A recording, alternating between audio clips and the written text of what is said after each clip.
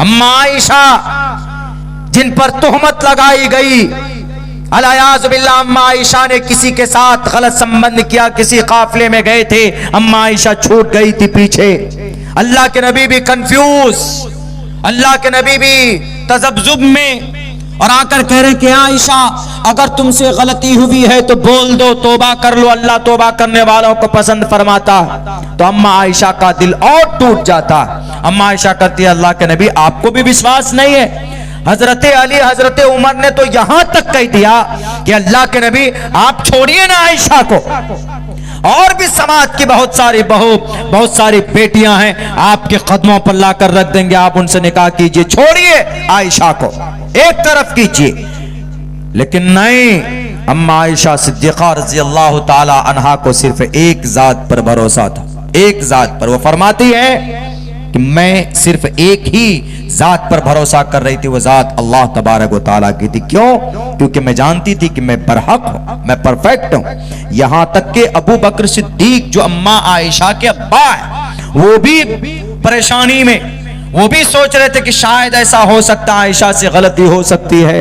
सब सहाबा, हजरत अली, हजरत उमर, इतने किबार सहाबा, ये सोच रहे, परेशान हो रहे हैं। लेकिन जब ईमान मजबूत होता है, जब अपने आप पर भरोसा होता है, तो अल्लाह आसमान से मदद भेजता है। कुछ दिनों के बाद हजरत जिब्राइल अमीन फौरन तशरीफ लाए। कुरान करीम की 17 आयतें अम्मा आयशा की इस तुहमत को दूर करने के लिए नाजिल की गई है। सूरह नूर 18 पारे के अंदर मौजूद है, और कहा गया अल्लाह के नबी आयशा पाक हैं, आयशा पवित्र हैं, आयशा बता दीजिए आप कि आयशा ने कोई गुनाह नहीं किया है। अल्लाह के नबी को जब वही नाजिल हुई तो अल्लाह के नबी ने कहा कि आयशा तुम पाक हो, पवित्र हो, अल्लाह ने तुम्हारी पाकीज़गी का ऐलान किया। जब औरत का यकीन इतना मजबूत होता है तो अल्लाह खुद रास्ता बनाता। तो हजरत अबू बकर सिद्दीक ने कहा आयशा उठो और अपने शौहर का शुक्रगुजार बनो, शुक्रिया अदा करो। तो अम्मा आयशा क्या कहती हैं कि अब्बा मैं मोहम्मद रसूलुल्लाह का शुक्रगुजार नहीं, मैं अल्लाह का शुक्रिया अदा करना चाहता हूं जिसने मुझे इस मुश्किल घड़ी से निकाला है। ऐसी ईमान वाली थी ना तब। 17, 16, 11 से लेकर 17 आयतें अम्मा आयशा सिद्दीक़ा रज़ी अल्लाह ताला अन्हा के नाम पर समर्पित है आज भी कुरान करीम के अंदर। कुरान करीम मुकम्मल नहीं हो सकता जब तक ये 17 आयतें तिलावत करके सूरह नूर से कोई ना निकल जाए। यही नहीं, बुखारी और मुस्लिम में 250 हदीस अम्मा आयशा की नकल की हुई, 2210 हदीसें अम्मा आयशा ने रिवायत की है। आजकल हमारी बेटियां, सलमान खान की फिल्में कितनी बेटियों से पूछो बता जाए। एकता कपूर की कौन कौन सी सीरियल है, सास बहू, आंगन टेढ़ा, चूल्हे में आग ज्यादा,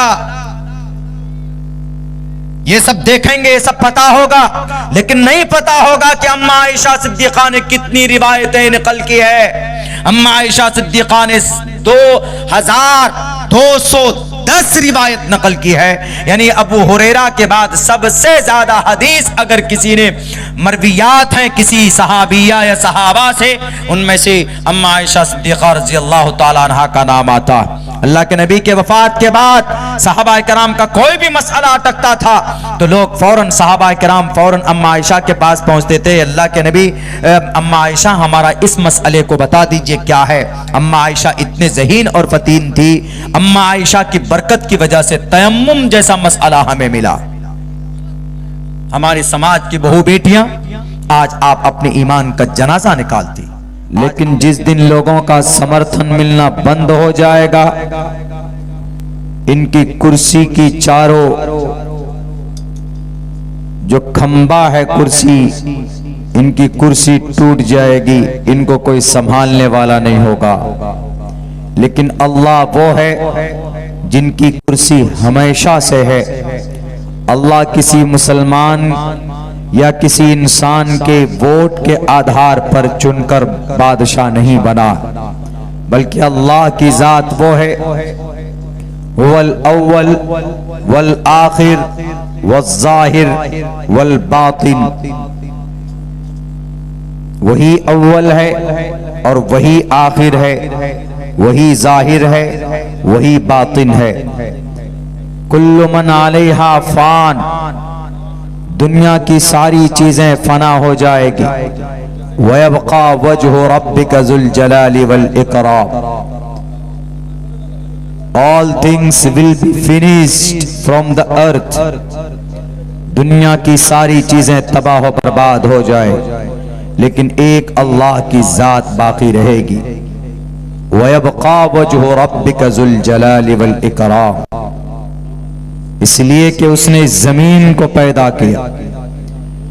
6 करोड़ 30 लाख मुरब्बा मील की इस धरती पर जो जमीन है, इसकी स्क्वायर फुट के एतबार से आप अगर जायजा लेंगे, नापेंगे, गिनेंगे, तो इस जमीन की जो लंबाई और चौड़ाई है वो 6 करोड़ 30 लाख मुरब्बा मील के इलाके में इस धरती को अल्लाह ने 4 अरब 60 करोड़ साल पहले पैदा किया। पैदा करने वाली जात अल्लाह की है। वल्लाहु खालिक़ु कुल्ली शै, अल्लाह ने इस कायनात की तमाम चीजें पैदा की। दुनिया की पैदा की हुई चीज पुरानी होती है। आपको अभी रोशनी चाहिए तो आप जनरेटर के जरिए से तेल डालकर आप वक्ती तौर पर रोशनी प्राप्त कर सकते, लेकिन जब जनरेटर का तेल गायब तो रोशनी खत्म हो जाती। अल्लाह तो वो है जिसने पूरे ब्रह्मांड को रोशन करने के लिए कई लाख साल पहले सूरज को पैदा किया है, और आज तक उस सूरज की रोशनी सबको मिलती है। कभी सूरज बैठा नहीं, कभी सूरज की रोशनी कम नहीं हुई। वो अल्लाह है।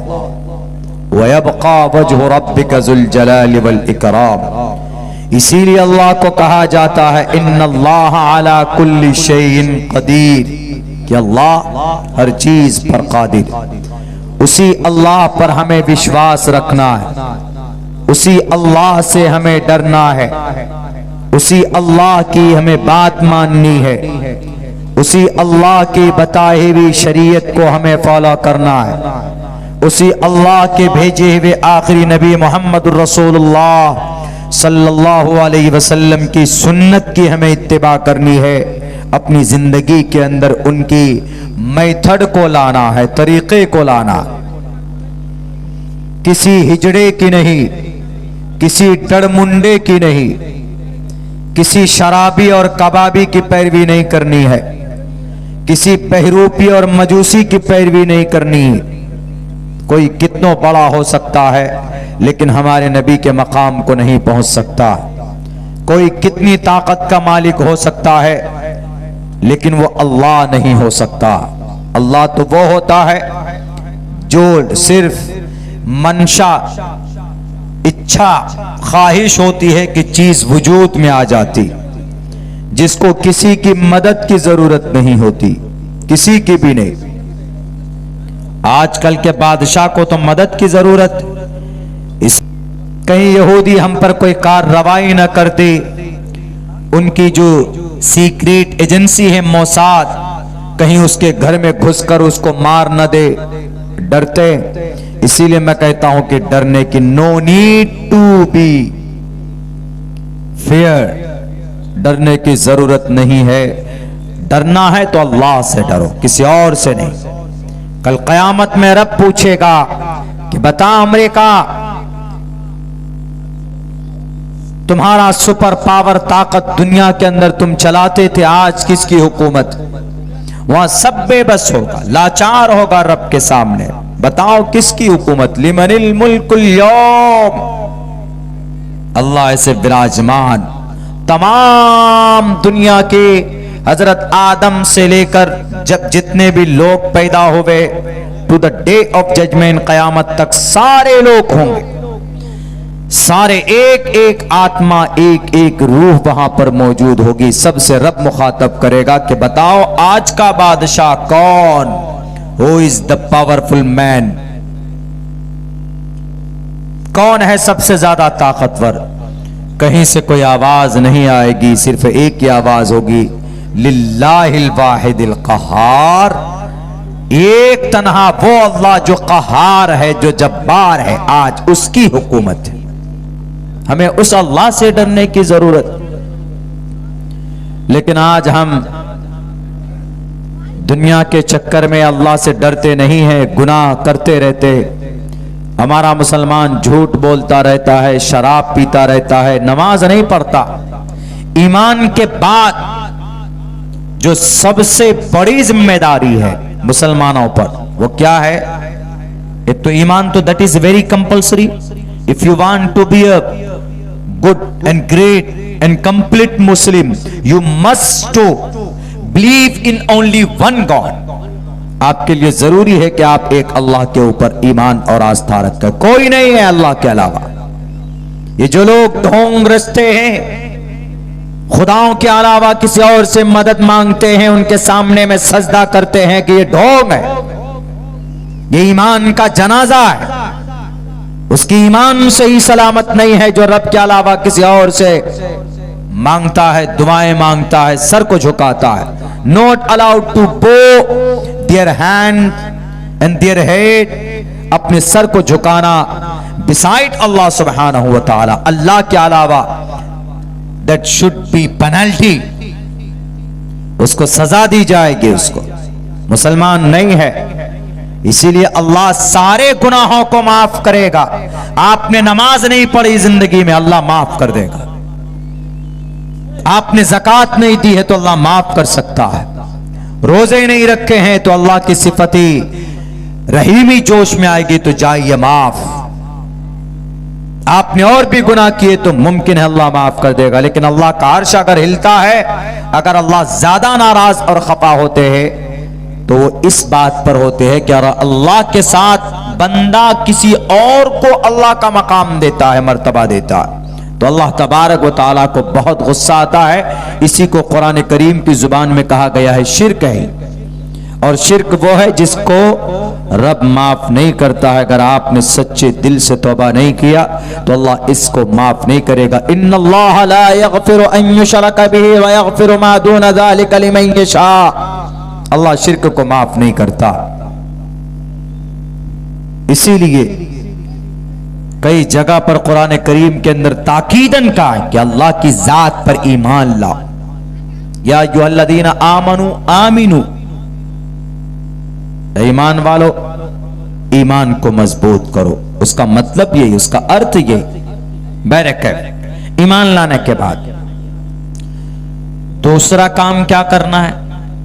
हम तो अल्हम्दुलिल्लाह यहां जितने भी लोग बैठे हैं, अल्लाह की जात से भरोसा है कि हम सब एक अल्लाह की जात पर ईमान और आस्था रखते हैं। अगर कोई नहीं रखता है तो बहुत बड़ा मुजरिम, बहुत बड़ा गुनाह है।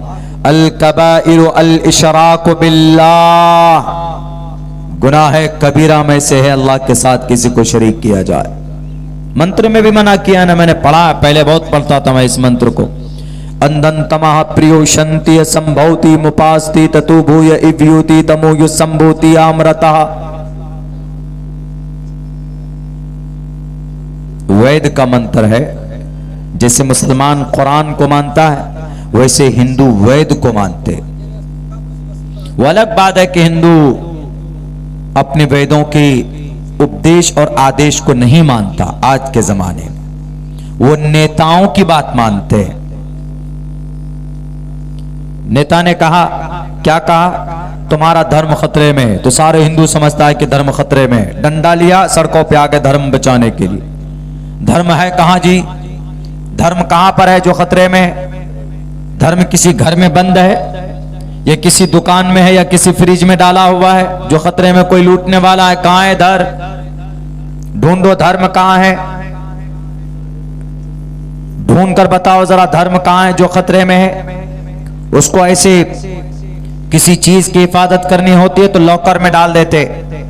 अगर धर्म खतरे में है तो बैंक में लॉकर में डाल दो। लेकिन धर्म ऐसी चीज है जो आप छू नहीं सकते, पकड़ नहीं सकते, आप उसकी हिफाजत कैसे करेंगे? हिफाजत उस चीज की जाती है जो चीज वजूद में हो। कोई बोलता है नहीं, ले मेरा मोबाइल पकड़ो, इसकी हिफाजत करना वरना कोई चोरी कर लेगा।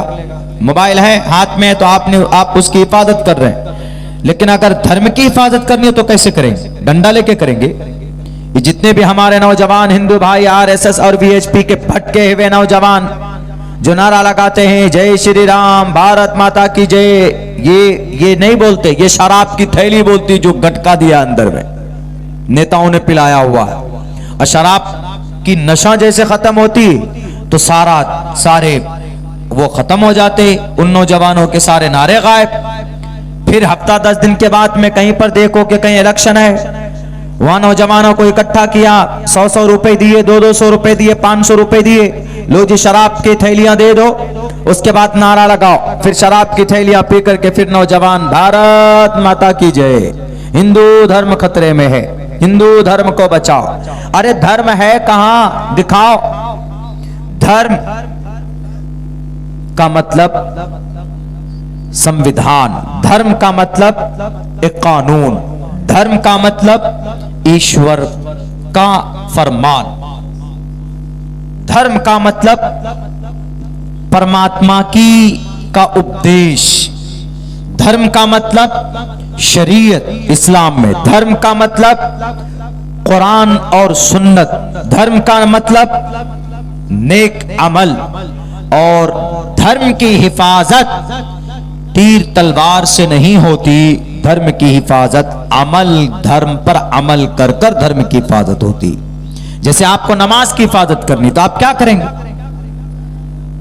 मौलाना अब्दुल्ला साहब की तकरीर सुनी, मौलाना सौराब साहब या मौलाना अब्दुल शेख शकूर साहब की तकरीर सुनने के बाद इन्होंने तकरीर की है मुसलमानों अपने मजहब इस्लाम की हिफाजत करो, तो आप कल से क्या तलवार लेकर वहां सड़क पे खड़े हो जाएंगे, कहेंगे कि धर्म इधर से भागेगा तो हम हिफाजत करेंगे?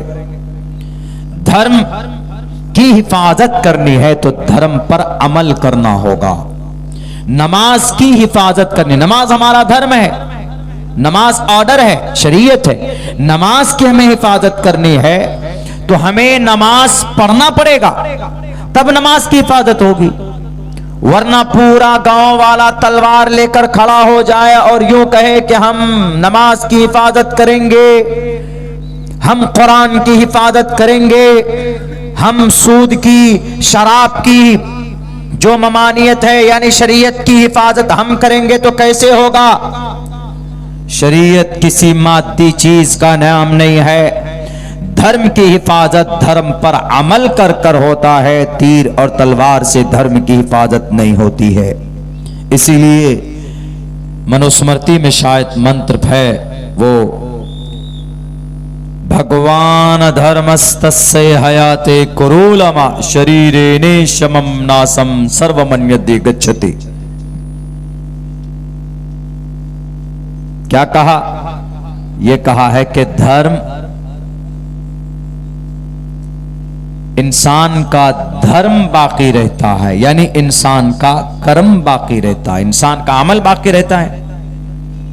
आप शराब पिएंगे तो शराब पीने का अमल बुरा है, ये बाकी रहेगा, लिखा चला जाएगा। आप जिना करते, 5 मिनट में बड़े मजे लिए आपने जिना किया, वाह आपने बहुत बड़ा काम किया, आप समझते कि हमने किसी बेटी की इज्जत लूट ली, हमने बड़े मजे लिए, 10 मिनट तक बहुत मजा आया, 10 मिनट का मजा खत्म हो गया, लेकिन हमेशा के लिए आपके नामे अमाल में ये गुनाह ऐड हो गया, लिखा चला गया, तो ये बाकी रहेगा आपका अमल।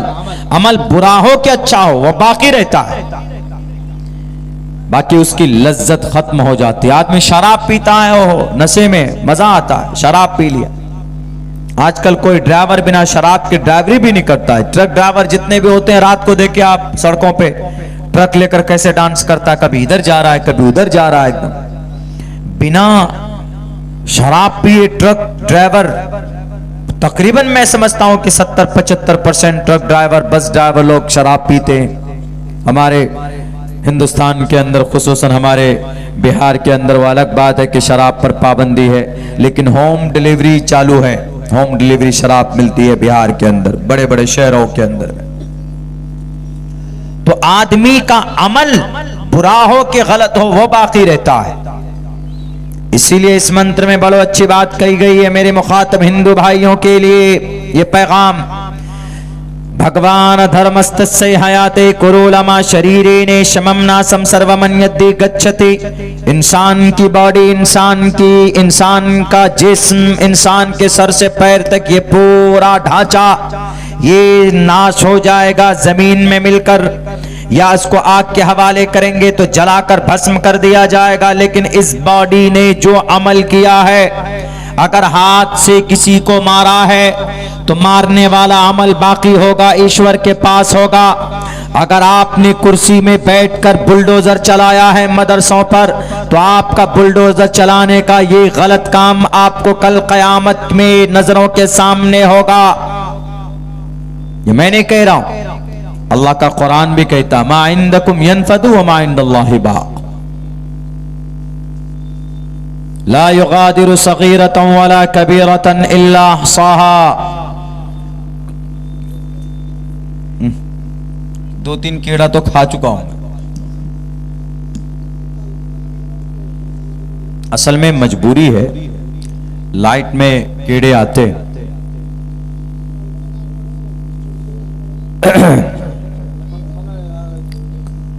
अब बताइए, इसीलिए जरूरी है आज के इस पुरफितन दौर में मुसलमानों अपने अमल को सुधारो, अल्लाह की ज़ात पर ईमान को मजबूत रखो, जहां जहां पर जुल्म होता है उसके खिलाफ आवाज बुलंद करो।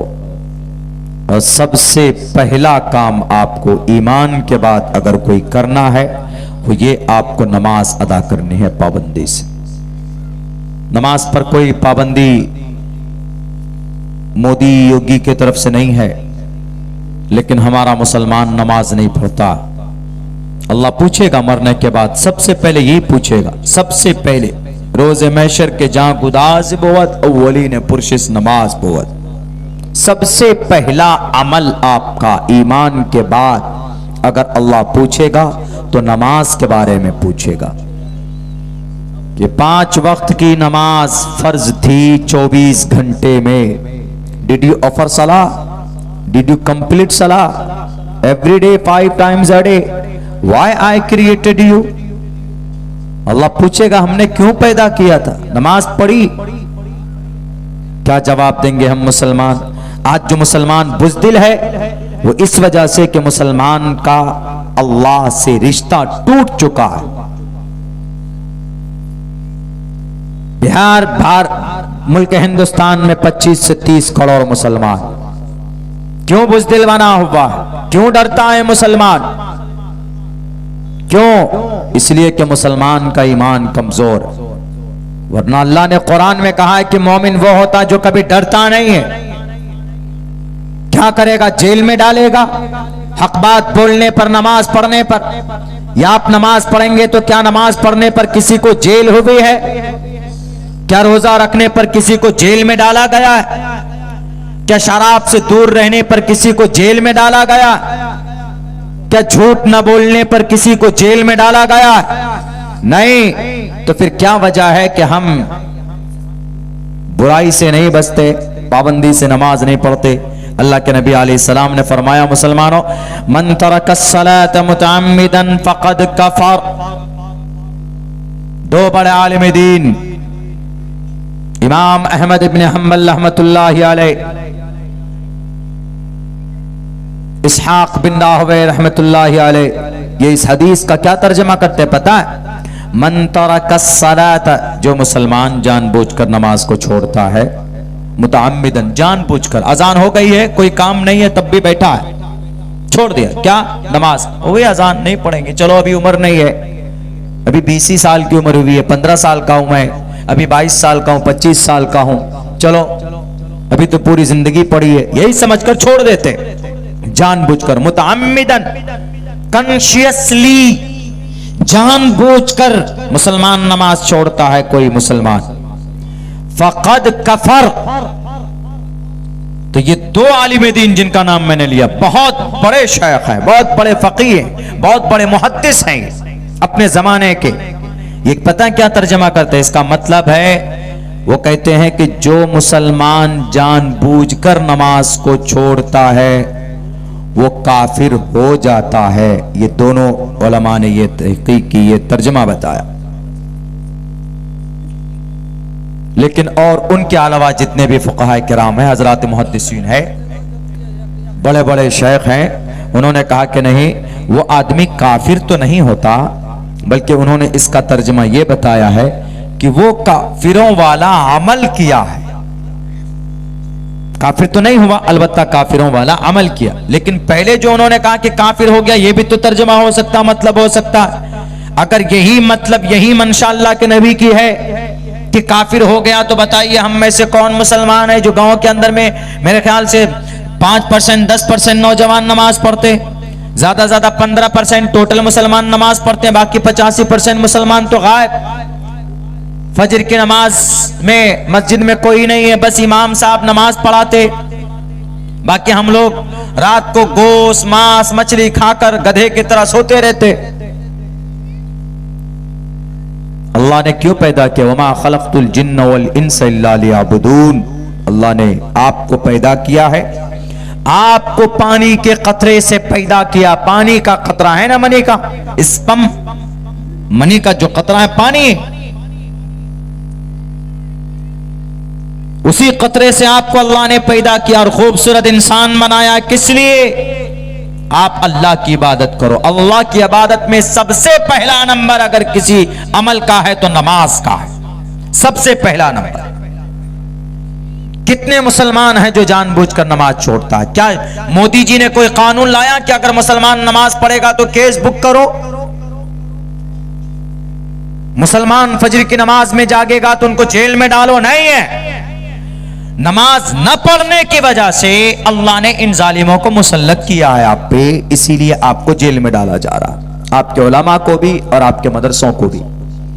अभी उत्तर प्रदेश में पता है, देखिए ये तो हमेशा कोशिश करते हैं मुसलमानों की शरीयत को, मुसलमानों के मदरसों को, इनकी मस्जिद को खत्म करने की कोशिशें कर रहे हैं, लेकिन हमारा अमल गंदा, हमारे मुसलमानों की बदअमली की वजह से अल्लाह जालिम बादशाह को मुसल्लत किया हुआ है। अभी सुप्रीम कोर्ट का क्या फैसला आया उत्तर प्रदेश के मदरसों के बारे में?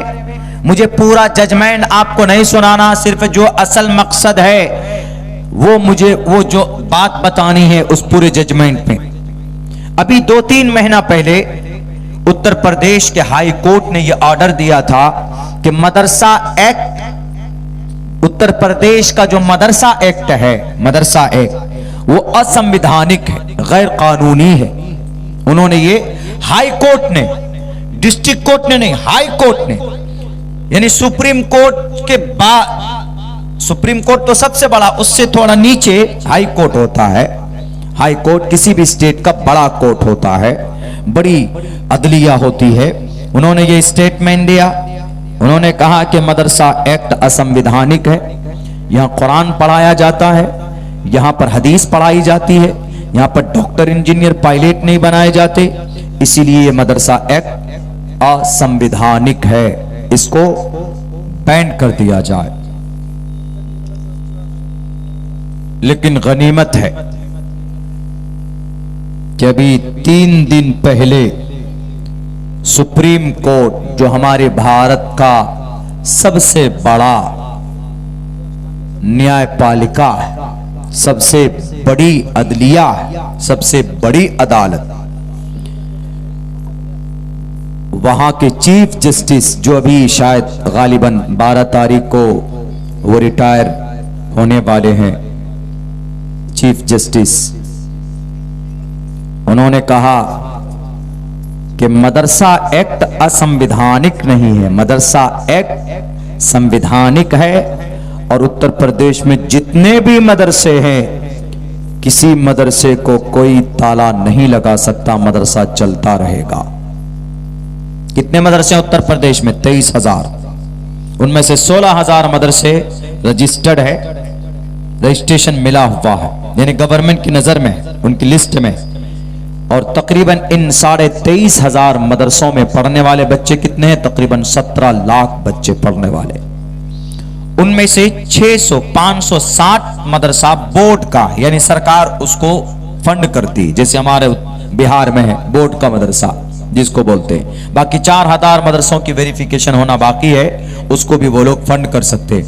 लेकिन उत्तर प्रदेश के लाल भुजक्कर साहब ने कहा पिछले कई महीनों से सैलरी नहीं दी थी उन बेचारों को, 2.5-3 साल से तनख्वाह नहीं दी थी। उन्होंने कहा कि 560 मदरसों को हम क्यों पैसा देंगे, बंद करो इन मदरसों को। इसीलिए लोगों को खड़ा किया। पता है कोई केस ऐसे चालू नहीं होता है, बल्कि या तो उसके केस को करने वाला होता है, या पुलिस अपनी तरफ से करती है, या कोर्ट के तरफ से भी सुओ मोटो लिया जाता। लेकिन यहां पर मदरसा एक्ट को खत्म करने के लिए जिन लोगों ने केस किया है वो कौन लोग हैं पता है आपको? नहीं मालूम है? वो 5 आदमी हैं।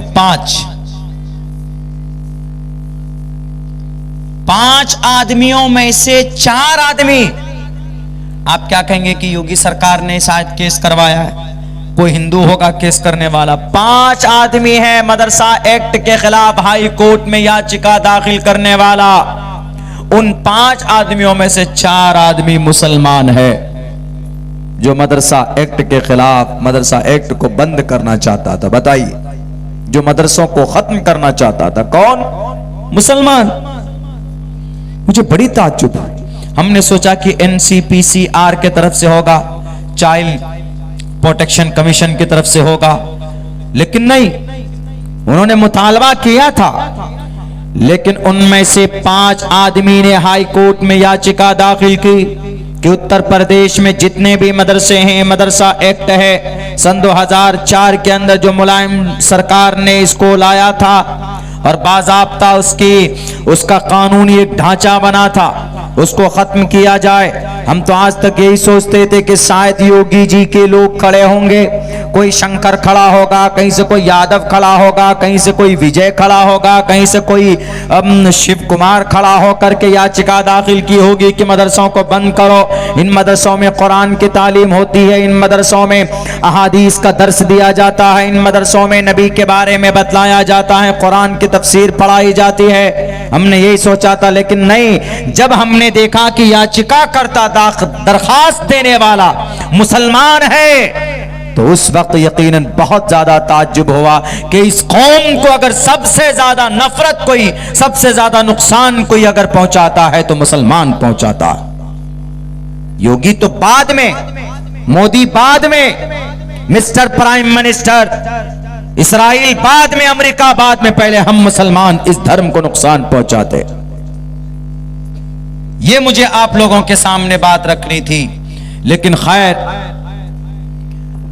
अल्लाह तबारक व ताला हमेशा किसी न किसी को जुल्म के बिलमुकाबिल में हक बनाकर खड़ा करता है, हक बनाकर।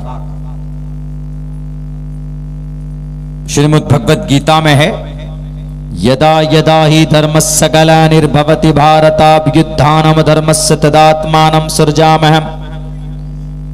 जब जब इस जमीन पर अच्छाई को कोई खत्म करता, जब जब इस जमीन पर कोई मदरसों पर बुलडोजर चलाएगा, जब जब इस जमीन पर कोई मस्जिद 50 साला मस्जिद को तोड़ने की कोशिश करेगा, जब जब कोई इस जमीन पर बहराइच जैसी इलाके में मुसलमानों के घरों पर नोटिस लगाएगा, पड़ोस में सामने हिंदुओं के घर को छोड़ देगा, ये जुल्म है, तब तब ईश्वर परमात्मा सुप्रीम कोर्ट को अवतार बनाकर खड़ा करेगा। यदा यदा है धर्मस्य ग्लानिर्भवति भारता। बहराइच में 23 मुसलमानों के घर पर नोटिस लगा दिया गया कि इन मदरसों को बुलडोजर से तोड़ दिया जाए, इन घरों को। बाज़ाब्ता 18-20 बुलडोजर आ गए, घर के सामने खड़े हो गए तोड़ने के लिए, लेकिन फौरन हाई कोर्ट का ऑर्डर आता है और कहता है कि नहीं तोड़ा जाएगा। PWD वाले वो आते हैं, कहते हैं कि 60 फुट जमीन सड़क की है, सड़क की जमीन पर घर बना है। हाई कोर्ट ने कहा कि लाओ प्रूफ तुम्हारे पास, अगर प्रूफ है तो कागज दिखाओ। नहीं दिखा सका और फिर हाई कोर्ट ने कहा कि वापस लेकर जाओ बुलडोजर, वरना तुम्हारे पेट में सारे बुलडोजर को घुसा देंगे। वापस हुआ। मेरे भाइयों, मेरे मुसलमानों, अल्लाह खुद जुल्म को पसंद नहीं करता है, लेकिन वैसा अमल तो हम बनाए। अगर आपका ईमान मजबूत होगा, अगर आपका अमल मजबूत होगा, तो अल्लाह तबारक व ताला खुद आपकी मदद करेगा, किसी न किसी को खड़ा करेगा। हम मुसलमान नमाज नहीं पढ़ते हैं, सबसे बड़ा अमल है ना। अल्लाह के नबी फरमाते हैं कुर्रतु ऐनी फिस सलाह, मेरी आंखों की ठंडक नमाज में। कोई परेशानी हो, कोई दिक्कत हो, कोई दुख हो, तो आदमी को नमाज के जरिए से मदद लेनी चाहिए। इसलिए कि बंदा जब नमाज पढ़ता है, जब मुसलमान नमाज में सजदा करता है, तो रब के सबसे ज्यादा करीब होता है, सबसे ज्यादा करीब। सजदा, अपना सब कुछ झुका दिया, करोड़पति आदमी है, लखपति आदमी है, दबंग है, किसी के सामने झुकता नहीं है, हमेशा सर उठा हुआ रहता, अबू जहल के तरह। लेकिन जब नमाज की बारी आती है, जब नमाज पढ़ता है, तो उसको अपना सर जमीन पर रगड़ना पड़ता है। एक दफा नहीं, बल्कि एक रकात में 2 दफा। और कितने रकात हैं 24 घंटे में, 5 वक्त में, कितने घंटे हैं, कितनी सजदे हैं, उतनी मर्तबा अपनी मुकद्दस नाक को, पेशानी को झुकाता है। और सिर्फ झुकाता नहीं, झुका कर कहता है सुबहान रब्बियल आला, सुबहान रब्बियल आला।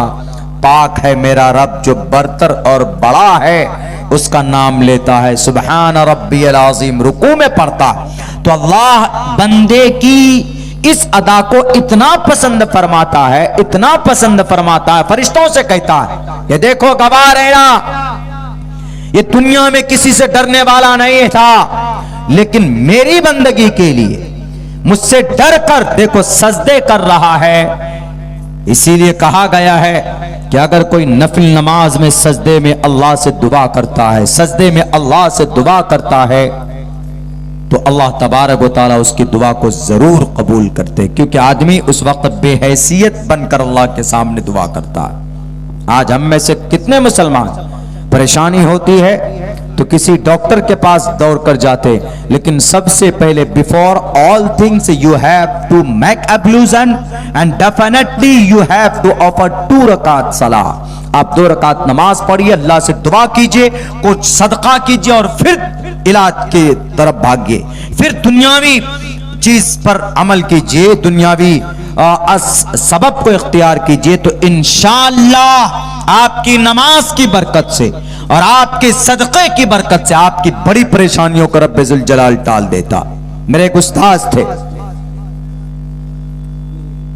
कारी सईद अहमद साहब रहमतुल्लाहि अलैह। उनका एक छोटा बेटा था, अभी बहुत हट्टा कट्टा। वो कहते हैं ना, लौ अक़सम बिल्लाहि ला बर्रहुल्लाह, अल्लाह के कुछ बंदे ऐसे होते हैं इस जमीन पर कि जब वो कसम खा लेता है ना अल्लाह की जात पर कि अल्लाह को ये काम करना पड़ेगा, तो चूंकि वो अल्लाह का इतना करीब होता है, अल्लाह से रिश्ता इतना मजबूत होता है कि अल्लाह कहता है कि भाई ये मेरे बंदे ने कसम खाया, मेरा नेक बंदा है, मैं इसको नाराज नहीं करूंगा, अल्लाह जरूर उसकी कसम को पूरी करता। लौ अक़सम बिल्लाहि ला बर्रहुल्लाह, अगर अल्लाह की जात पर कसम खा ले कि अल्लाह को ऐसा करना पड़ेगा, तो अल्लाह उसको करता है। कौन? अल्लाह का नेक बंदा। तो उनका लड़का बीमार पड़ा, पैदाइशी तौर पर पैदा होने के बाद शायद 1 साल या 2 साल के बाद, शायद 1.5 साल या 1 साल 2 साल के बाद में सीरियस बीमार पड़ा। लड़का था, बीमार पड़ गया, उसको हॉस्पिटल में डाला। कोई ऐसी बीमारी थी कि 99% बच्चे उस बीमारी में रिकवर नहीं होते, बचते नहीं, उनकी डेथ हो जाती, मौत हो जाती।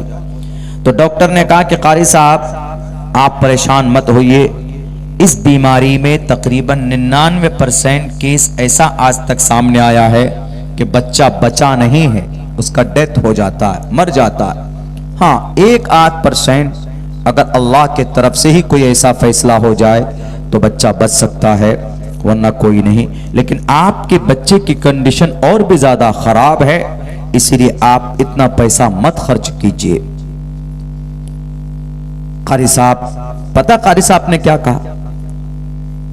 कारी साहब पता कारी साहब किनको बोलते हैं? कारी साहब उनको बोलते हैं जो कुरान को तजवीद की रियायत के साथ पढ़ते हैं, कुरान को खूबसूरती के साथ पढ़ते हैं, उसको कारी बोलते हैं। हाफिज के बाद कारी बनता है। जैसे हम लोग अलिफ बा ता सा निकालते हैं ना, अलिफ बा ता सा है, मखरज से पढ़ेंगे अलिफ बा ता सा, जीम हा खा दाल जाल, जाल है वो, बहुत से आदमी जाल बोल देता, जाल बोल देता, नहीं ऐसा नहीं बोला जाए। जाल, रा, जा, शीन, सीन, इसमें फर्क है, सीन और शीन में फर्क है। छोटा सीन बड़ा शीन, सीन शीन, सौद ज़ाद ज़ाद, तो एक ता है एक तो है ज़ा, इसकी रियायत, इसको तजवीद बोलते हैं। कुरान को खूबसूरत बनाने के लिए ये प्रोसेस से जाना पड़ता है। इसका 2 साल का 1 साल का कोर्स होता है, बाज़ाब्ता तजवीद की किताबें पढ़नी पड़ती है। कुरान को ढंग से पढ़कर जो पढ़े तो आपको सुनने को मन लगेगा, तो उसी को कारी बोलते हैं, कारी साहब, अच्छे ढंग में कुरान पढ़ने वाले। जो बच्चा हाफिज बन जाता है तो उसको अदायगी का इतना पता नहीं होता। हाँ, अगर अच्छा उस्ताद हो तो हिफ्ज करने के दौरान में ही उसको बता देते हैं कहाँ पर रुकना है, कहाँ पर गुन्ना करना है, कहाँ पर इख्फा करना है। जैसे अल्हम्दुलिल्लाहि रब्बिल आलमीन अर्रहमानिर रहीम मालिकी यौमिद्दीन इय्याका नअबुदु ऐन क़ाफ लाम मीम, ये सब निकाल कर, वरना अगर ऐसे सिंपल पढ़ेगा अल्हम्दुलिल्लाहि रब्बिल आलमीन अर्रहमानिर रहीम, पढ़ता पता ही नहीं चलता, जैसे पुराने लोग पढ़ते हैं, क्योंकि वह तजवीद नहीं पढ़े हुए होते, उसी को कारी बोलते हैं। अल्हम्दुलिल्लाह आपके भाई ने, आपका भाई उस चीज से हमने वो पढ़ा है, अल्लाह ने उस शर्फ से नवाजा है, तो वो कारी साहब से मशहूर हो गए। हाँ, आलिम भी थे वो, लेकिन मशहूर उसी से हो गए। तो उनका बेटा हॉस्पिटल में है, सीरियस है, बचने का कोई चांस नहीं है, लेकिन वो अल्लाह का बंदा कारी साहब, उसको डॉक्टर ने कहा कि कारी साहब परेशान मत होइए, इतना पैसा बर्बाद मत कीजिए, अपने बेटे को लेकर जाइए, अल्लाह ने चाहा तो शिफ हो जाएगा, नहीं तो मुश्किल है, 99% बच्चा बचा नहीं है। आज तक मेरे पास जितने भी केसेस आए इस बीमारी को, कोई ऐसी मौलिक बीमारी होगी। पता कारी साहब ने क्या कहा? कारी साहब ने कहा कि तुम खुदा हो डॉक्टर, तू खुदा है, मेरे खुदा से बढ़कर तुम नहीं हो। और सुनो, मेरे बेटे की किस्मत में अल्लाह ने अगर मौत लिख दी है तो अल्लाह को अपना फैसला बदलना होगा, मेरा बेटा जिंदा होगा। जोश जोश में तो बोल दिया।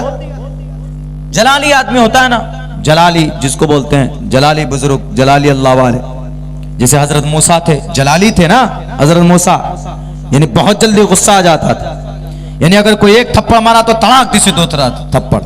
हजरत मूसा ऐसे थे। हजरत ईसा की तरह नहीं थे कि एक गाल पे मारा लो दूसरा भी ये लो, नहीं, हजरत ईसा नर्म थे।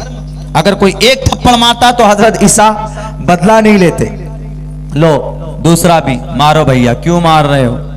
हजरत मूसा ऐसे नहीं थे। हजरत मूसा बहुत ज्यादा उनके अंदर में वो थी, जलाली सिफत उनकी थी। तो यही वजह है कि एक फिरौनी को मारा था, एक ही घुसा मारा तो वहीं पर ढेर कर दिया था, एक घोसे में। हजरत मूसा अलैहिस्सलाम बड़े ताकत और बॉडी बिल्डर हजरत मूसा अलैहिस्सलाम थे, बैरक है। तो उन्होंने ये कह दिया कि अगर अल्लाह ने मेरे बेटे के हक में फैसला कर दिया मौत का, तो अल्लाह को अपने मौत का फैसला बदलना होगा। जोश जोश में तो बोल दिया, अब करें क्या। तो अल्लाह के नबी की हदीस है, अस्सदक़तु तरुद्दुल बला, सदका करना, सदका करने से आपकी बलाएं दूर होती है, परेशानियां दूर हो जाती है। करते हैं हम लोग सदका? बिल्कुल नहीं करते। हमारे नौजवान मोटरसाइकिल में बैठेगा, घूम से घूमता हुआ जाएगा 150 की स्पीड पे। कभी घर से बाहर निकलते हो तो 5 रुपए 10 रुपए सदका करके निकला करो। रास्ते में होने वाला बड़ा हादसा छोटे में बदल जाता है। अभी हुआ ना मेरे साथ,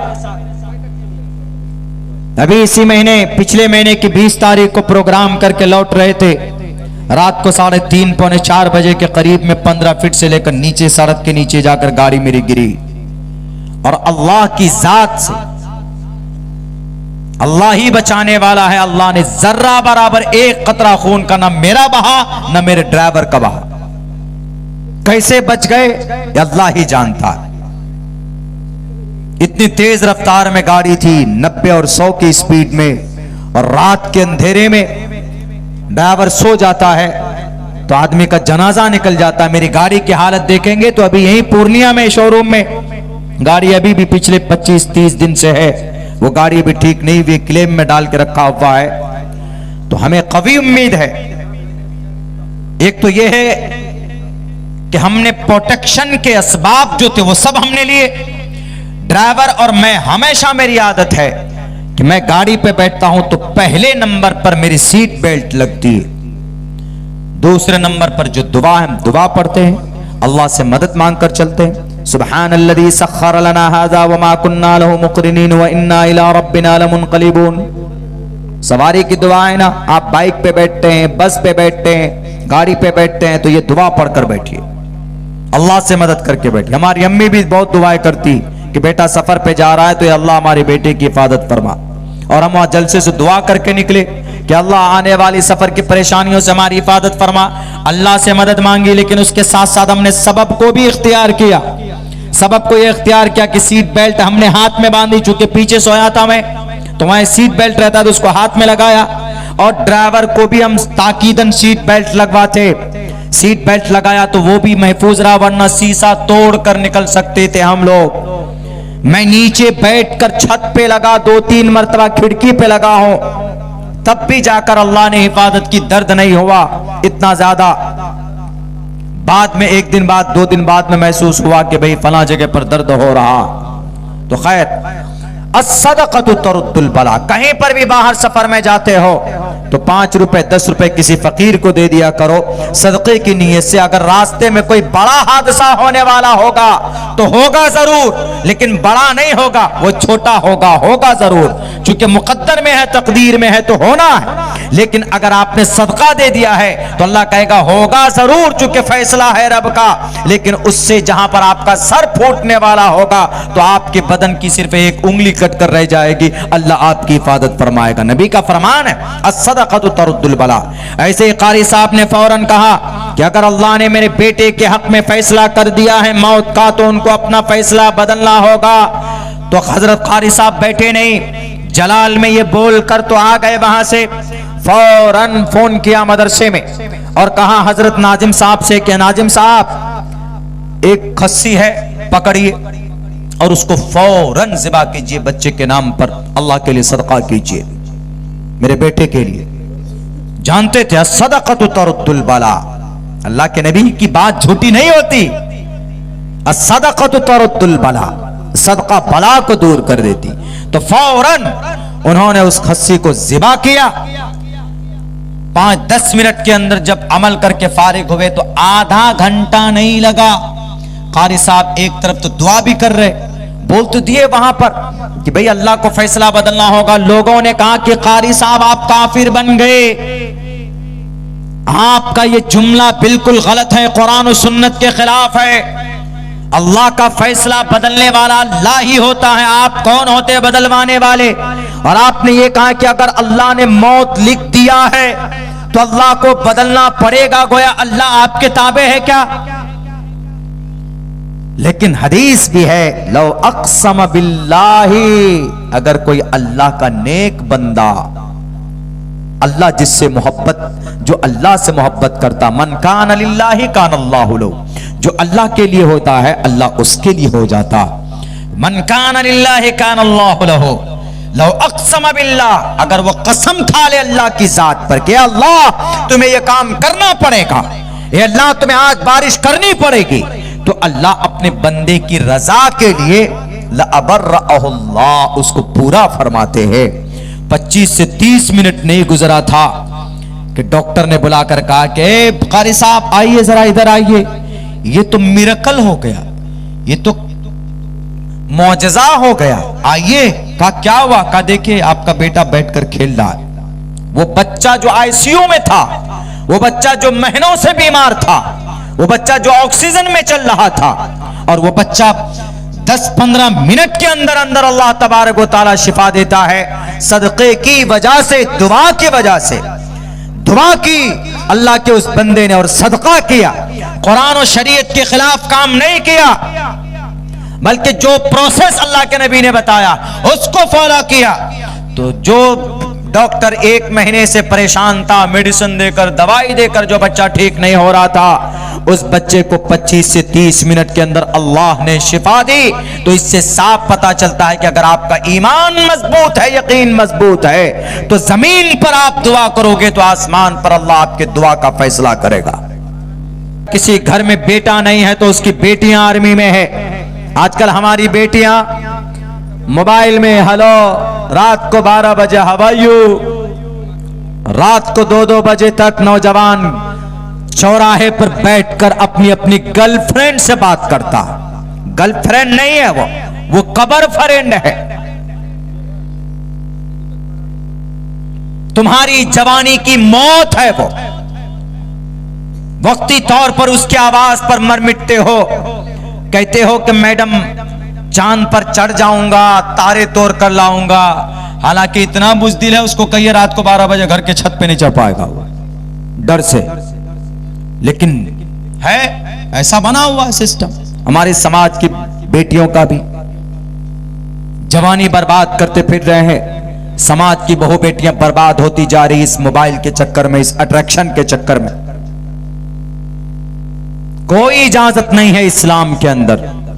आप मेरी माएं और बहनें, अगर मेरी आवाज आप तक पहुंच रही है तो आप अम्मा आयशा की कुछ सिफत पैदा कीजिए अपने अंदर। अम्मा आयशा कौन थी? अम्मा आयशा के बारे में जब तुहमत लगा गया, ऐसा बनाइए ना अपने किरदार और कैरेक्टर। नहीं बन सकता क्या? बन सकता। आप सहाबियात से कहीं ज्यादा आपका ईमान मजबूत हो सकता है। वो अलग मर्तबा, अलग बात है कि आप उनके मर्तबे को नहीं पहुंच सकते चूंकि वो सहाबियात है, उनको मकाम, उनके दर्जा बहुत बुलंद है। लेकिन उनका ईमान, उनके ईमान की तरह हम अपने ईमान बना सकते, बिल्कुल बना सकते। अम्मा आयशा जिन पर तुहमत लगाई गई, अलायाज़ बिल्लाह, अम्मा आयशा ने किसी के साथ गलत संबंध किया, किसी काफिले में गए थे, अम्मा आयशा छूट गई थी पीछे। अल्लाह के नबी भी कंफ्यूज, अल्लाह के नबी भी तजब्जुब में, और आकर कह रहे कि आयशा अगर तुमसे गलती हुई है तो बोल दो, तौबा कर लो, अल्लाह तौबा करने वालों को पसंद फरमाता। तो अम्मा आयशा का दिल और टूट जाता। अम्मा आयशा करती है, अल्लाह के नबी आपको भी विश्वास नहीं है? हजरत अली, हजरत उमर ने तो यहां तक कह दिया कि अल्लाह के नबी आप छोड़िए ना आयशा को, और भी समाज की बहुत सारी बहू, बहुत सारी बेटियां हैं, आपके कदमों पर लाकर रख देंगे, आप उनसे निकाह कीजिए, छोड़िए आयशा को, एक तरफ कीजिए। लेकिन नहीं, अम्मा आयशा सिद्दीक़ा रज़ी अल्लाह ताला अन्हा को सिर्फ एक जात पर भरोसा था, एक जात पर। वो फरमाती है कि मैं सिर्फ एक ही जात पर भरोसा कर रही थी, वो जात अल्लाह तबारक व तआला की थी। क्यों? क्योंकि मैं जानती थी कि मैं बरहक हूं, मैं परफेक्ट हूं। यहां तक कि अबू बकर सिद्दीक जो अम्मा आयशा के अब्बा है, वो भी परेशानी में, वो भी सोच रहे थे कि शायद ऐसा हो सकता है, आयशा से गलती हो सकती है। सब सहाबा, हजरत अली, हजरत उमर, इतने किबार सहाबा, ये सोच रहे, परेशान हो रहे हैं। लेकिन जब ईमान मजबूत होता है, जब अपने आप पर भरोसा होता है, तो अल्लाह आसमान से मदद भेजता है। कुछ दिनों के बाद हजरत जिब्राइल अमीन फौरन तशरीफ लाए। कुरान करीम की 17 आयतें अम्मा आयशा की इस तुहमत को दूर करने के लिए नाजिल की गई है। सूरह नूर 18 पारे के अंदर मौजूद है, और कहा गया अल्लाह के नबी आयशा पाक हैं, आयशा पवित्र हैं। आयशा बता दीजिए आप कि आयशा ने कोई गुनाह नहीं किया है। अल्लाह के नबी को जब वही नाजिल हुई तो अल्लाह के नबी ने कहा कि आयशा तुम पाक हो, पवित्र हो, अल्लाह ने तुम्हारी पाकीज़गी का ऐलान किया। जब औरत का यकीन इतना मजबूत होता है तो अल्लाह खुद रास्ता बनाता। तो हजरत अबू बकर सिद्दीक ने कहा आयशा उठो और अपने शौहर का शुक्रगुजार बनो, शुक्रिया अदा करो। तो अम्मा आयशा क्या कहती हैं कि अब्बा मैं मोहम्मद रसूलुल्लाह का शुक्रगुजार नहीं, मैं अल्लाह का शुक्रिया अदा करना चाहता हूं जिसने मुझे इस मुश्किल घड़ी से निकाला है। ऐसी ईमान वाली थी ना तब। 17, 16, 11 से लेकर 17 आयतें अम्मा आयशा सिद्दीक़ा रज़ी अल्लाह ताला अन्हा के नाम पर समर्पित है आज भी कुरान करीम के अंदर। कुरान करीम मुकम्मल नहीं हो सकता जब तक ये 17 आयतें तिलावत करके सूरह नूर से कोई ना निकल जाए।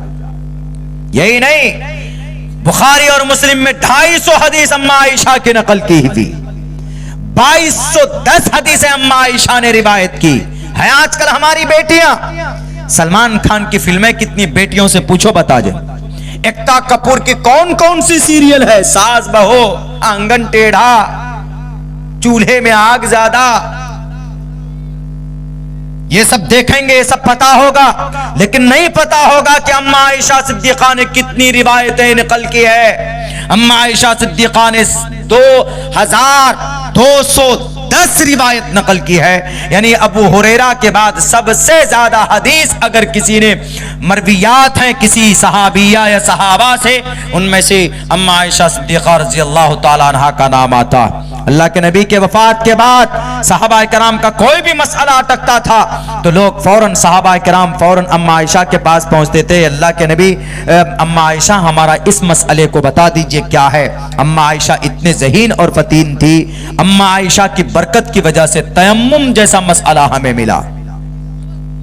हमारे समाज की बहू बेटियां आज आप अपने ईमान का जनाजा निकालती, आज आप अपने मोबाइल के जरिए से, बेपर्दगी के जरिए से खुलेआम आप बेहयाई के रास्ते पर जा चुके।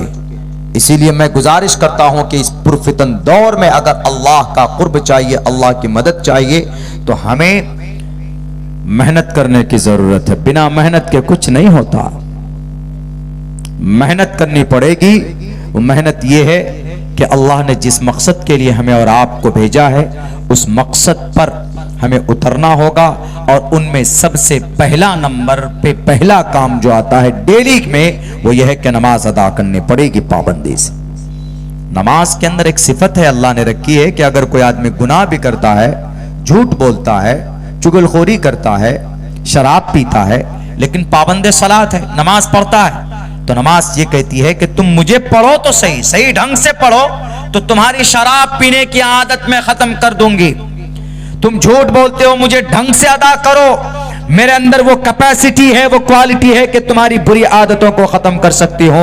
रब का कुरान कहता है इन्नस्सलात तन्हा अनिल फहशाइ वल मुनकर वलज़िक्रुल्लाहि अकबर वल्लाहु यअलमु मा तस्नऊन। इन्नस्सलात तन्हा, कि बेशक नमाज बेहयाई बुरी बातों से रोकती। नमाज पढ़ो तो सही, वैसे मुसलमान नहीं पढ़ते मुसलमान। इसीलिए ईमान के अंदर पुख्तगी जभी होती है जब हम नेक अमल करते हैं, जब हम अच्छा काम करते हैं, तो अल्लाह तबारक व ताला हमारे रूह को पाक करता है, हमारे अंदर से खौफ को निकालता। वरना कोई कानून आ जाए, कोई नया कानून आ जाए, कोई बात आ जाए गवर्नमेंट की तरफ से, तो चूचू का मुरब्बा बनकर अपने घरों में बैठ जाते हैं और कहते हैं कि नहीं, हमें बोलना नहीं चाहिए, जुल्म हो जाएगा, कानून के खिलाफ हम नहीं जा सकते, संविधान के खिलाफ हम नहीं जा सकते, मोदी ऐसा कर देगा, योगी ऐसा कर देगा। अरे अल्लाह से बड़ा कोई ताकतवर हो सकता है?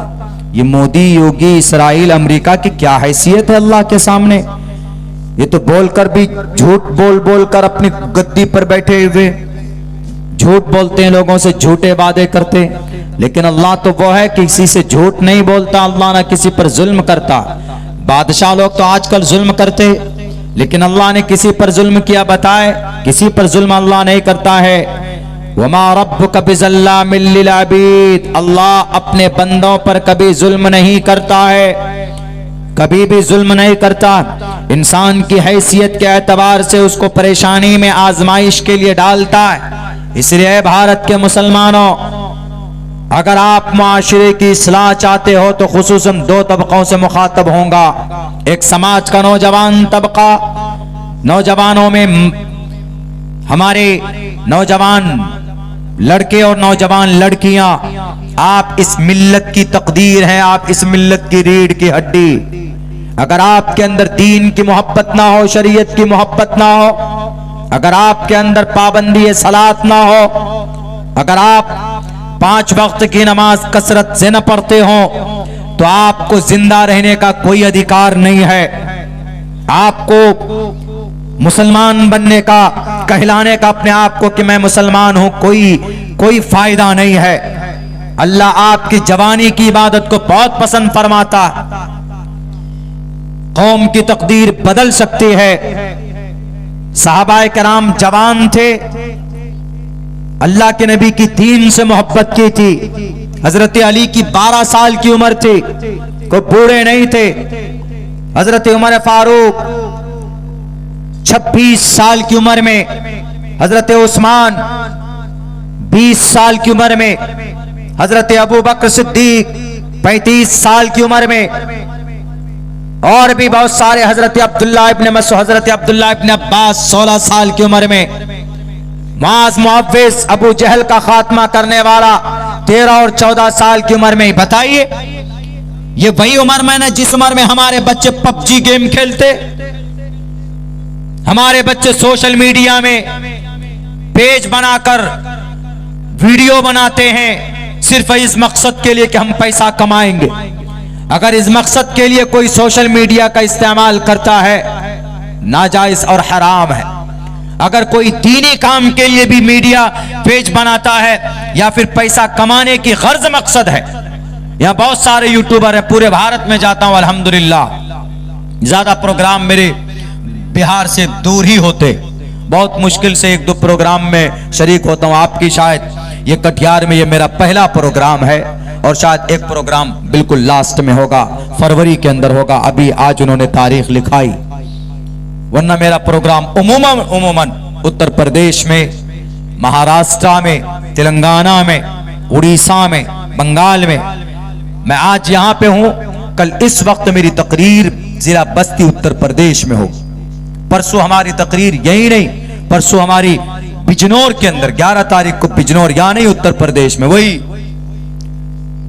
लाल बुजक्कर जहां के जिस स्टेट के सीएम है वहीं पर जाकर बोल के आता हूं और हक बात बोल कर आता हूं। जैसे मुजद्दिद अल-फिसानी ने अकबर बादशाह को कहा था कि बादशाह अकबर, एतबारे नदारत बेदीन, तुम बेदीन हो चुके हो।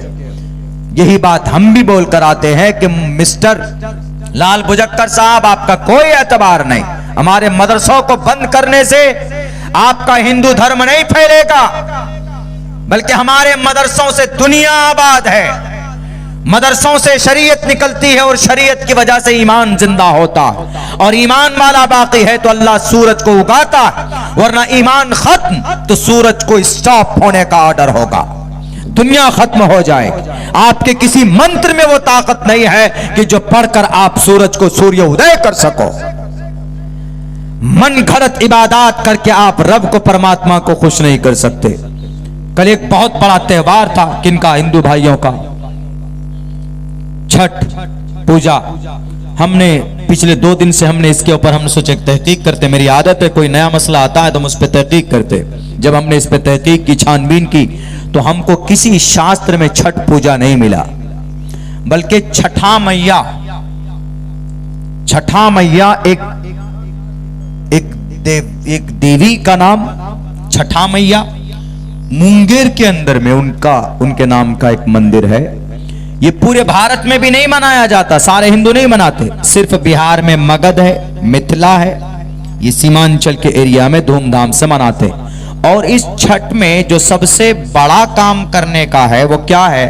वो इनके मसनूई कहानी के मुताबिक, किसी शास्त्र में नहीं है, न ऋग्वेद, न यजुर्वेद, न सामवेद, न अथर्ववेद, न रामायण, न महाभारत, न गीता, किसी में भी नहीं। छठा मैया के बारे में कहानी है कि छठ पूजा के लिए काली माता की पूजा के 6 दिन बाद छठ की पूजा करते, और उस छठ की पूजा में सूर्यास्त से लेकर सूर्य उदय होने तक, यानी सूरज गुरूब से लेकर सूरज तुलू होने तक पानी में रहकर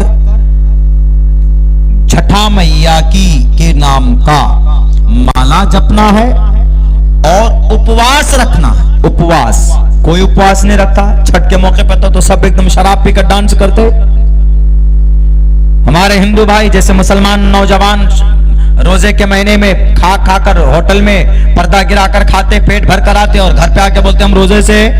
वैसे हिंदू भाई नौजवान, कल हमने देखा सुपौल जिला के अंदर 10 बजे रात को, खैर उस प्रोग्राम में हम शरीक हुए तो हम देखे वहां पे कि नौजवान है सड़क के किनारे डिस्को डीजे लगा करके डांस कर रहा। हमने कहा कि क्या ये डांस पहले था उस वक्त में जब छठा मैया थी? छठा मैया होती तो ये डांस करती थी क्या? ईश्वर के नाम का माला जब ईश्वर का करीब होना था तो कहा गया कि हेतु वो ब्रह्मगति स्थान थी सत्संगति दान विचार तो उस परमात्मा के नाम का माला जपोगे तो परमात्मा का प्रिय मित्र बनोगे। ये डिस्को और गाने से कुछ नहीं होने वाला, छठा मैया खुश नहीं होगी। तो ये है छठ त्योहार की हकीकत, ये है हमारी। तो अल्हम्दुलिल्लाह नमाज हो, ईद हो, कुर्बानी हो, रोजा हो, हज हो, ज़कात हो, कोई भी चीज ऐसी नहीं जो हमारी शरीयत से साबित नहीं। नमाज देखना है तो कुरान पढ़ यकीमुस्सलाह, इसी नमाज को देखना है तो हिंदू भाइयों की किताब में भी है प्रथमादारका जीवा दियो दिदियन मुजियते तृतीयानन को डला कार्य चतुर्थदेव चंद्र का पंचम विदो संयुक्ता। हमारी ज़कात को देखना है तो हमारा कुरान कहता है आतुज़ ज़कात, ज़कात दिया करो। रोजे को देखना है कुतिबा अलैकुमुस सियाम कमा कुतिबा अलल लज़ीना मिन क़ब्लिकुम लअल्लकुम तत्तक़ून। हज को देखना है वअतिम्मुल हज वल उम्रत लिल्लाह, शराब से दूर रहना है।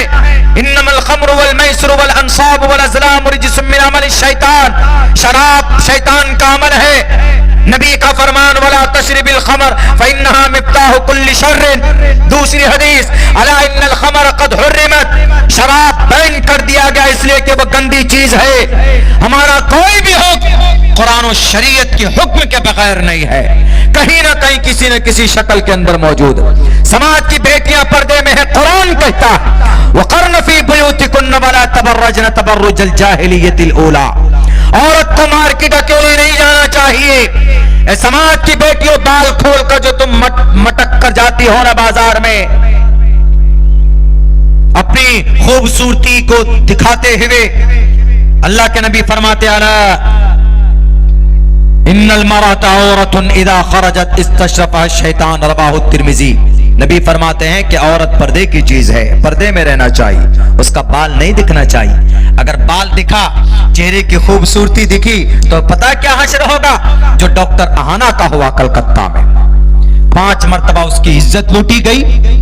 उसकी चेहरे की खूबसूरती को देखकर वो मर्डरर जालिम 5 बोतल शराब पीता है और रात को 3 बजे 1 से लेकर 3 बजे के बीच में उस लड़की को एक रूम में अकेले पाकर उसकी रीढ़ की हड्डी तोड़ता है, उसकी कलाई को तोड़ता है और उसके चश्मे के शीशे को तोड़कर उसके आंख में ठूंस देता है और मरने के बाद 4 मरतबा रेप करता है। किस वजह से? इन्नल मराता औरतुन इदा खरजत इस्तशरफहा शैतान। इन्हीं वारदात से बचने के लिए नबी ने फरमाया, नबी हमारे मोहसिन थे, हमारे नबी इस कायनात के जगतपति समाज की बेटियों की इज्जत बचाने के लिए आए थे। उनकी बात सिर्फ हदीस की किताबों तक महदूद नहीं होनी चाहिए, बल्कि समाज के अंदर इनकलाब पैदा करना है तो नबी की बातों पर अमल करना होगा। इसीलिए अल्लाह के नबी ने फरमाया दूसरे वक्ता को बुला लीजिए, चूंकि वक्त बहुत हो चुका है। मेरी थोड़ी गर्दन में थोड़ी प्रॉब्लम है, दर्द है, एक वक्ता को बुला लीजिए जब तक मैं बात कर रहा हूं। तो अल्लाह के नबी ने फरमाया आ गए। एक और है भाई, जलसा होता है आपके कटिहार में, पूरे बस चले तो फजर के बाद भी हो। हमारे इलाके में कुछ कुछ जगहों पे फजर के बाद भी चाय पीकर फिर जलसा शुरू करते हैं, यानी रात को 2 बजे तक खत्म किया जलसा, फजर के बाद फिर शुरू करेंगे। वो 11-12 बजे दिन में दुआ करते। और ताज्जुब की बात है कि बड़ा मजमा फजर के बाद ही होता है वहां, और कहीं कहीं तो जब तक अजान नहीं तो मुकर्रिर को तकरीर करना ही पड़ता है। मैं इसके खिलाफ हूं। ज्यादा से ज्यादा 1 बजे तक जलसा कीजिए और जलसे के बाद जाकर सो जाइए। फजर की अजान होती है तो उठकर नमाज पढ़िए। नमाज नहीं पढ़ी तो अल्लाह कल ऐसा बंदर बना के मारेगा कि जलसा जरूरी नहीं था, नमाज जरूरी थी। हमने कहीं नहीं कहा कि जलसा करो नमाज छोड़कर। जलसा करना फर्ज किफाया है, फर्ज ऐन नहीं है। नमाज पढ़ना फर्ज ऐन है। फर्ज किफाया का मतलब समझते? फर्ज किफाया मतलब काफी, जलसा हो गया, साल में एक आध बार हो गया। जैसे आपको ईदगाह के ताल्लुक से काम करना था तो जलसा कर ले एक मरतबा, काफी। अगर नहीं करते तो कोई गुनाह नहीं लिखता। लेकिन अगर आपने एक वक्त की नमाज छोड़ दी तो अल्लाह कहेगा कि मुर्गा पकड़, कान पकड़ ले, मुर्गा बन जा, मुर्गा बनाकर मारेगा। फरिश्तों को कहेगा कि दबा के मार, बंदर की तरह लाल करो नालायक को। पैदा किस लिए किया था तुमको दुनिया के अंदर? बैरक है। तो 1 बजे तक, और ऐसा मिजाज बन चुका, ये सिर्फ हमारा सीमांचल सुधरने में टाइम लगेगा, अभी बहुत पुरानी जड़ जमी हुई है ना पूरी रात करने का। पहले होता था, पहले असल में ऐसा होता था कि पूरी रात जरूरी होता था जलसा, क्योंकि लोग जो बाहर से आते थे तो बस में आते थे, बस में आए और पूरी रात जलसा सुने। फजर की अजान होती थी तो सवारी चलती थी, फिर सवारी में बैठ कर जाते थे। लेकिन आज तो सबके पास टमटम है, आज तो सबके पास टोटो है, अपनी सवारी पर आते हैं, जलसा खत्म हुआ, चले गए। इसीलिए मैं आपको, मेरा तजुर्बा यह है कि मैं उस जलसे को कामयाब मानता हूं जो 1-1.5 बजे तक खत्म हो जाए जलसा। उत्तर प्रदेश में और दूसरे स्टेट में, उत्तराखंड में, इन सब इलाकों के अंदर में 12 बजते बजते जलसा डटेन। मुंबई जैसे महाराष्ट्र में तो 12 बजे तो बहुत है, 10 साढ़े 10 तक खत्म। तो इसीलिए आधी रात तक ही कीजिए, पूरी रात में। इनमें से बहुत से लोग ऐसे होंगे कि जो सोकर सपना देख रहे हैं, बहुत से नौजवान ऐसे, इससे कोई फायदा नहीं है। तो इसीलिए जलसा कीजिए, मेरी एक राय है, मशवरा है, आप अमल करें तो ठीक है, नहीं तो भाई आपकी मर्जी। आप पूरी रात कीजिए कि आप 2 रात का कीजिए। कुछ जगहों में तो अब 4 रोजा जलसा हो गया। मेघालय गया मैं पिछले साल, तो वहां 4 दिन का जलसा और दिन रात का जलसा, दिन का भी जलसा, रात का भी जलसा, पूरे दिन जलसा होता था औरतों का। और बिल्कुल बड़ा मजमा है। वो ये कहते थे कि मौलाना हम लोग 4 दिन ये तय किए हुए जलसों के लिए, सब काम काज बंद, कोई दुकान नहीं खुलेगी, कोई मार्केट में नहीं जाएगा, बल्कि वो लोग इसको प्रोफेशन बना के करते। लेकिन हाँ, पूरी रात नहीं करते, रात को 9 बजे छुट्टी कर देते। मगरिब के बाद 2 मुकर्रिर तकरीर करेंगे और 9 बजे छुट्टी हो जाएगी। उसके बाद फजर के बाद से फिर शुरू जलसा। खैर, उनका एक निजाम, उनकी एक तरतीब है। तो ये एक मेरी राय है, इस पर अमल करें या ना करें आपकी बरकत। अल्लाह के नबी अलैहिस्सलातु वस्सलाम ने फरमाया, इन्नल मरअता औरतुन, औरत पर्दे की चीज है। औरत को अपने बाल नहीं खोलने चाहिए पराये मर्द के सामने में, पराये मर्द के सामने में हंसकर बात नहीं करना चाहिए, पराये मर्द के सामने में चेहरे खोल कर नहीं जाना चाहिए, बल्कि उनको पर्दे में रहने की चीज है, पर्दे में रहना चाहिए। अल्लाह के नबी की इन बातों पर अगर अमल कर लिया जाता तो आज बढ़ते हुए जो जराइम है, आज जो बढ़ते हुए गुनाह हमारे इस